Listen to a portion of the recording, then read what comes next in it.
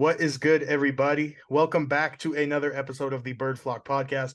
We are joined by a super special guest today, the Owls' leading tackler in 2022 and an East Division All-Star. It's Wes Sutton, ladies and gentlemen. Wes, how we doing? I'm doing well. How about you? Hey, we're doing great. We're doing great. Thank you Yeah. so much for taking the time here, hopping on with us. We're jumping into the first question. We were obviously fired up to see you re-sign in Montreal this offseason, a 2-year deal. And you were actually one of the first Alouettes players to re-sign in Montreal this offseason. I think your deal was announced 20-something of January. Mhm. Was running it back in Montreal something, you knew you wanted to do 100% when the season ended? Obviously, you didn't get to the negotiation period or free agency or anything like that. Yeah, it was. It was a place that I wanted to be. Mm-hmm. Depending on obviously, like you said, I didn't get to the negotiation period with other teams, but there was a lot of negotiation going on with my agent and the organization, pushing to, you know, find something that we could come to an agreement on to be able to come back. So Mm-hmm. and it worked out. And yeah, I'm super excited to be back. This is where I want to be. So, Mm-hmm. Yeah, I mean, what is it about the city or Montreal or the team in general that has you so excited to be back this year? I mean, everything team wise, just the guys in the locker room. I think that's the most important thing when you have guys in the locker room that you mesh with, and not even more so than just on the football field. Off the football field, guys that you're all like-minded individuals. Love playing the game of football, and you're also friends, off the field. So that team wise, definitely just the guys in the locker room, and also what we did, what we were able to do last year, even though we came up short. It's not something that, you want to hang your hat on, but there's definitely optimism just kind of going into this next season from, everything that happened last year and where we ended up. So Mhm. I just didn't want to miss out and didn't want to miss out on that opportunity. For sure. And we spoke with the Owls' new QB, Cody Fajardo, a little bit, and he wanted to make it clear to everyone that this isn't a rebuild year. This isn't a year where, Right. the Owls are going to finish in the bottom of the East, all that. I'm assuming you guys all kind of have that same sentiment after, we saw what you guys were able to do in the East last year for sure, eh? Yeah, definitely. It's not a rebuilding year. It's a year that we're picking up from, where we left off, and Mm-hmm. hopefully finishing it off the right way. But that all starts in camp, and you can't. It's not definitely not a rebuilding year, but it's during camp we gotta you know come in with the mindset of, okay, we've been here now. We at least got further. We know what we got to do now, but what fine tuning can we do to make that next step? Yeah, and obviously, like we were saying, not a rebuilding year, and we saw that with how aggressive the GM Danny Machocha was in the offseason. And two guys he brought in to help solidify that DB room, Jamal Yeah. Roll and Ciante Evans, are two very good CFL players and have been around for a long time. So, how excited are you to get to work with those two in that DB room? Bro, honestly, I've been thinking about it a lot. I'm really excited. I know, just to learn from them, to be around them, and guys who have been in the league, guys who are established, guys who play the DB position really well. Just being in that room every day and picking their brain, and seeing how they come to work every day, and just the competition within that room. It's fun when you got other guys that, maybe you can, that push you and motivate you, and want, and you see, maybe a way that they play man coverage or they play off coverage, different things that you can kind of take from them, and especially guys like that who are veterans. I'm super excited. I'm really looking forward to it. Mm-hmm. You It's you been came about a over month from. now, I think. Oh, Oh, sorry. Go ahead. Go ahead. it's been about a month now since they signed. And you already talked about picking their brains. Have you started with that already? Reaching out to them through Instagram or getting their number? No, I actually haven't. I haven't spoke to any of them. I got actually was talking. Well, I didn't talk to, but followed Cody and I forgot his name. Ellingson, Greg from Winnipeg. So just, I mean, that's really the most that I've done so far. I know that we'll have a lot of time to pick each other's brains, stuff like that throughout camp. So um, I'm just kind of doing my thing right now and focus on training and stuff. And we'll when the time comes, definitely will hit the ground running. Mm-hmm. And obviously, like we know, like I mentioned, CFL All-Star in 2022, huge season for you. And in an interview when you re-signed, Danny Machocha, came out and said that you're the type of player that opposing offenses have to be, aware of at all times. They have to be wary of. What do you think it is about your game that makes you a player that teams need to key in on? My versatility. I've went to NAU. I've been playing corner since, well, I started out playing corner in high school.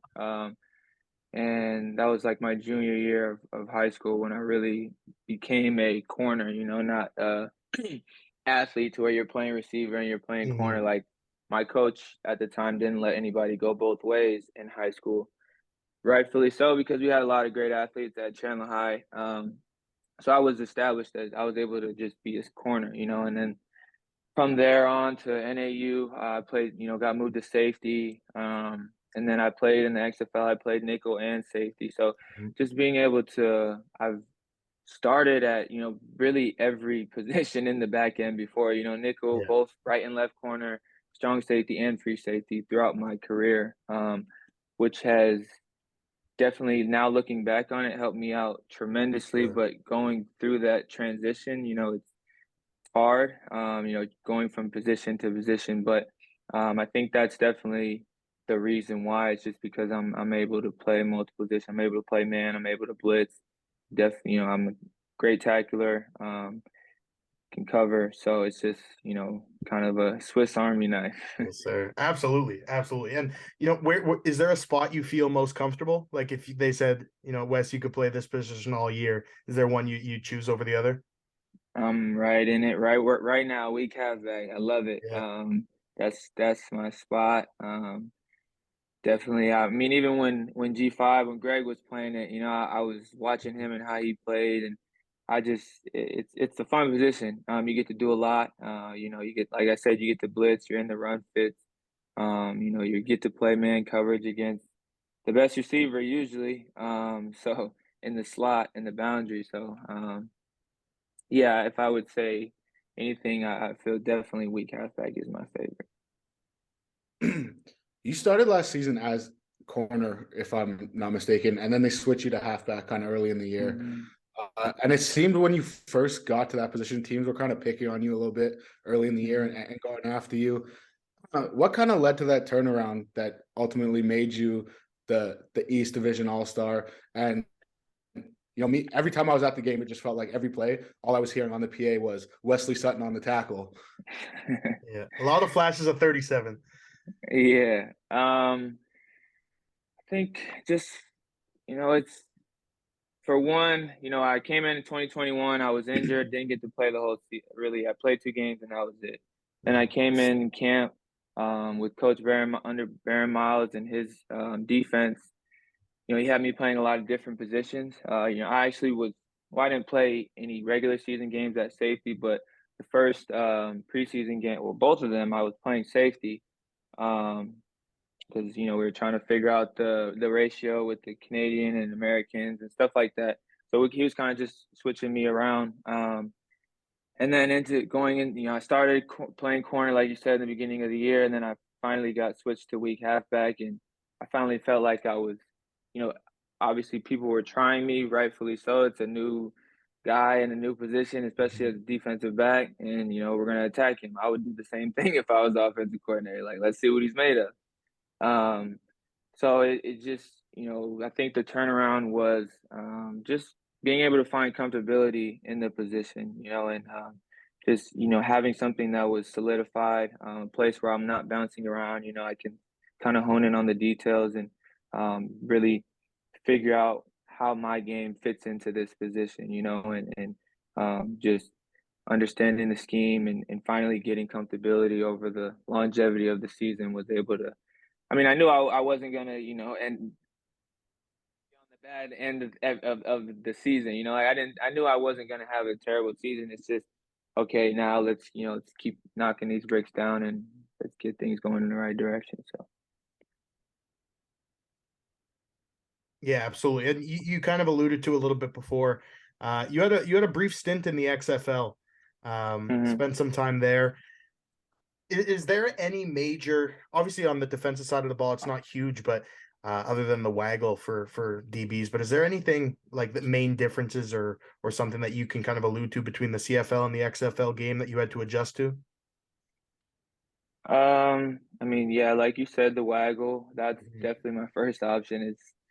Um, it's way different Yeah. stuff. And also just the field being bigger. The Mhm. field is, like 65 yards wide, and I think the regular field's maybe 53 or something like that.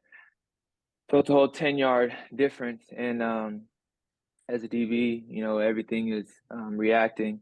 So, it's getting used to the routes, and understanding the routes are maybe a little deeper or longer, wider, deeper in the CFL than they maybe would be in the American Football League. And Mhm. if I'm breaking on an out route, I really got to run to get to that out route because it's not like the sideline is right there. Yeah. So just different stuff like that that I really had to get adjusted to, Mhm. coming from American football to the CFL. Yeah, and I mean, obviously, you've done a great job of adjusting so far.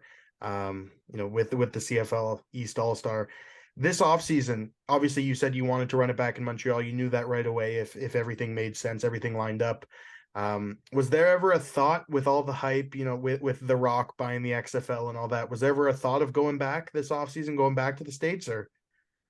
Um, no, not really. I Mhm. think it was, once like I said, even with when I was speaking about the weak half position, finding comfortability and being Mhm. established, like after this season, I felt like I made some strides in the right direction. And, if you keep bouncing around from league to league, it's like, that's Never just get you not started. my preference. You're not going to find any stability. It's, what at the end of the day, everybody's goal or most people's goal, my goal is to play in the NFL. That's everybody's dream. Mhm. Mostly if you're playing football, that's the dream. But um, if you're bouncing around between all these, CFL, XFL, USFL, it just Mhm. doesn't make sense. You might as well find some stability and make a name for yourself where you're at. And then, hopefully the next step would be to go to the NFL if the NFL calls. But, Mhm. other than that, I was comfortable where I am and I wasn't, really looking to go anywhere else league wise. Yeah, and I want to go back to last season with the team that you guys had. Obviously, like I said, major upgrades along the defense, but last year the pass rush wasn't exactly the most electrifying pass rush in the CFL, and it struggled at times. So now I'm going to call it the newly developed three-headed monster with you, Jamal Roll, and Seontae Evans. How much do you Mhm. think that you three, along with the other corners and DBs in that room, are going to help that group up front, even without? I know Jamal Davis is back and he came back late, but there's no premier name really for CFL for the team in the CFL as a pass rusher. So how much is your group going to help them get to the quarterback this year?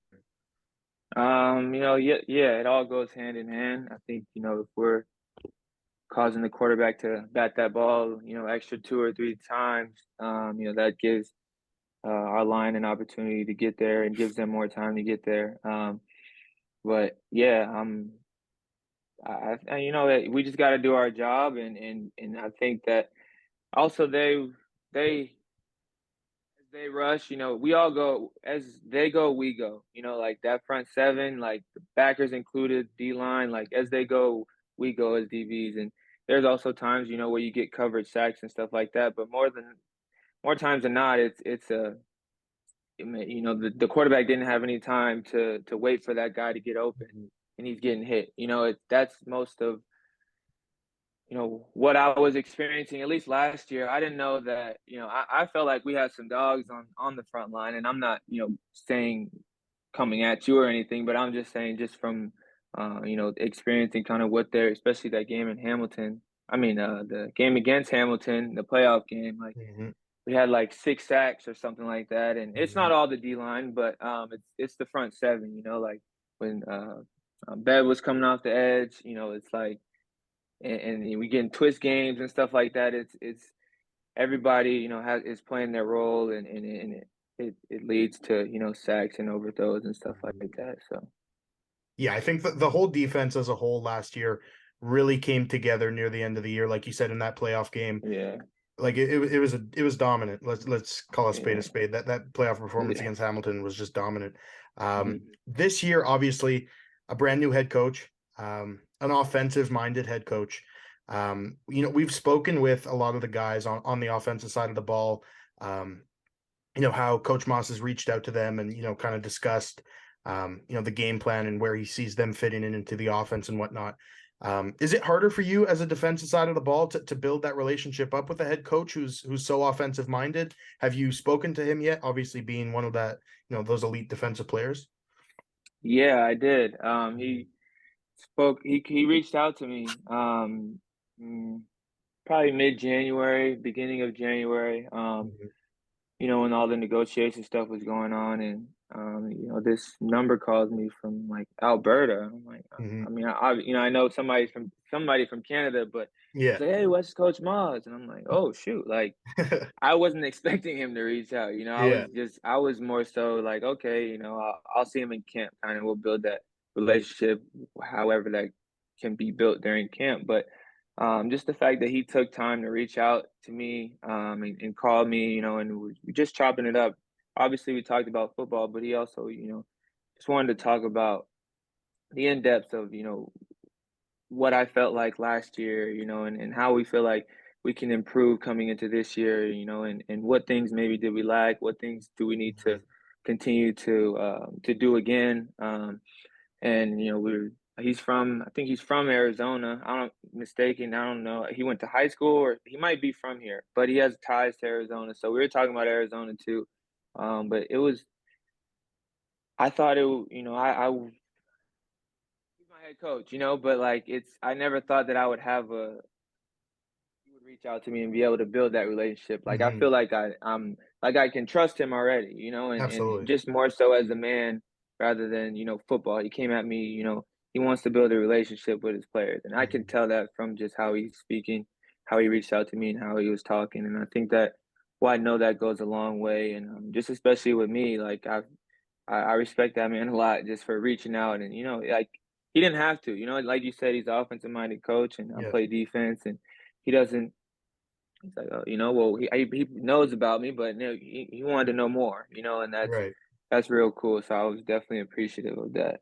Man, you just got me fired up. I want to play for him now. Shit. No, for real, yeah, he told me, he said, you know, coaches always ask. This is within. I had like a 30-minute conversation with him. He said, Mhm, coaches always ask their guys to run through walls for them, but the way that I look at it is I have to run through a wall for the players before they run through a wall for me. mhm, And I'm like, wow, like that's true. Like, mhm, coaches always ask, like coaches want players who will run through a wall for them, which rightfully so. But, if you're not willing to run through a wall for me, then, we're gonna hit a stalemate at some point, mhm. because so if we're both going, hard and care about each other and care about our relationship and going balls to the wall, like the sky's the limit.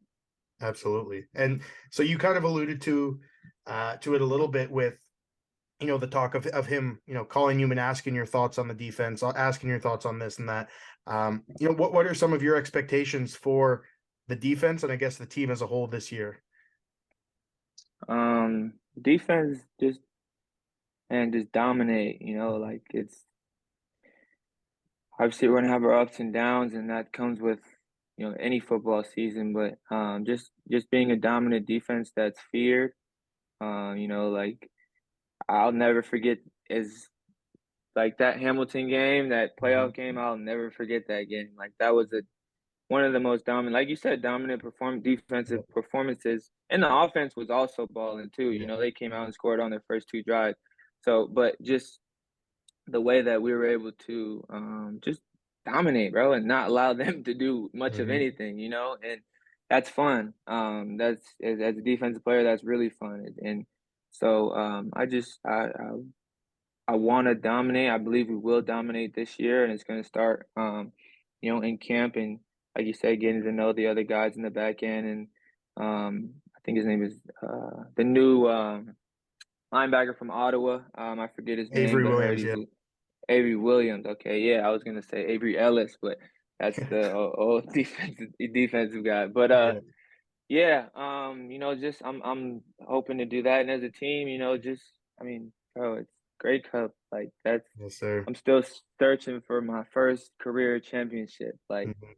and I need it, bro. Like that's Yeah. something that and why not do it in Montreal, especially with that great organization and fan base, and that's definitely the goal. And like, it's not just speaking about it, like I get chills thinking about it. We need Yeah. it. Like we need to bring it home, and what better year than this year? People think it's a rebuild year. Like, Mhm. okay, wake them up and show them it's not a rebuild year. Let's For go get sure. this ring. So, For sure. Absolutely.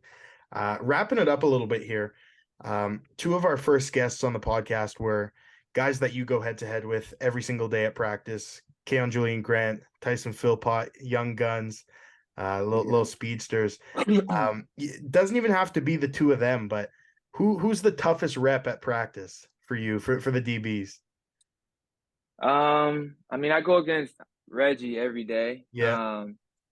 And then once he got hurt, Tyson came in and didn't skip a beat, Hmm. So it's like I go against them mostly. I've gone against Kaon as well. Kaon is super fast and Yeah. really strong. He's a strong, Yeah. fast guy. Like the speed is deceptive, and he's also very strong. And the first guy usually doesn't tackle him. So having receivers like that in the room and coming back, definitely going to be a challenge for us, which is what we like as Hmm. DBs, and it makes the game easier. So yeah, I think just them, they're all, they all have their niches and what they're good at, and it makes Hmm. them, who they are and why they excel so much in the CFL, not just in our offense, but amongst the CFL. So yeah, I love going against them every day. It's challenging, and I can't just come to work like on some Hmm. lazy nonsense. Like, or else, I gotta come to work every day, and they push me to be better. So For sure, for sure. And then the last question we have here, obviously we saw it. It was a huge story all off season. The new ownership in Montreal. I'm not going to ask for your thoughts or mhm. anything, but obviously big bag of money coming in. Um, Yeah. what would hypothetically be number one on your wish list? It could be all black jerseys. It could be a brand new training facility. It could be camp in Florida. I don't know what it is, but what's the Yeah. number one on your wish list? Man, I think just having a facility that we can call home. Hmm. Like truly, like something that's we don't have to go from Olympic Stadium to McGill and McGill to Hmm. Olympic Stadium. And when we got home games, we're making that travel throughout the week just to get prepared, to the stadium and the not the stadium, but the field, because the field that we practice on, I guess it's a little smaller. But I definitely would just say having a facility that we could call home, and Hmm. if that's connected to a new stadium as well, I wouldn't be mad about that. Yeah, So yeah, I would say yeah, just having a facility that is up to par and something that is championship level. absolutely, absolutely. Yeah, I think a lot of players would agree with you on that one. Um, Wes, we just want to thank you again for hopping on with us. We got to wrap it up here. We know you're a busy guy, so we're gonna let you get back to whatever Yeah, you're no doing. doubt. Like I said, I just wanted to thank you again, and looking forward to seeing you ball out again this year and hear your name over the PA a lot again. Cool. I appreciate it, man. I got to see y'all when we have the games. I'm sure you guys go to the games or something For like that. So sure. I would Yeah, love to meet you guys in person as well. Absolutely, bro. Yeah, we're cooking for up some sure. merch too, so we'll get you over some merch. Okay, let's go. Yes, sir. Yeah, I Yes, like sir. that. Let me know. I'll be glad to rock it.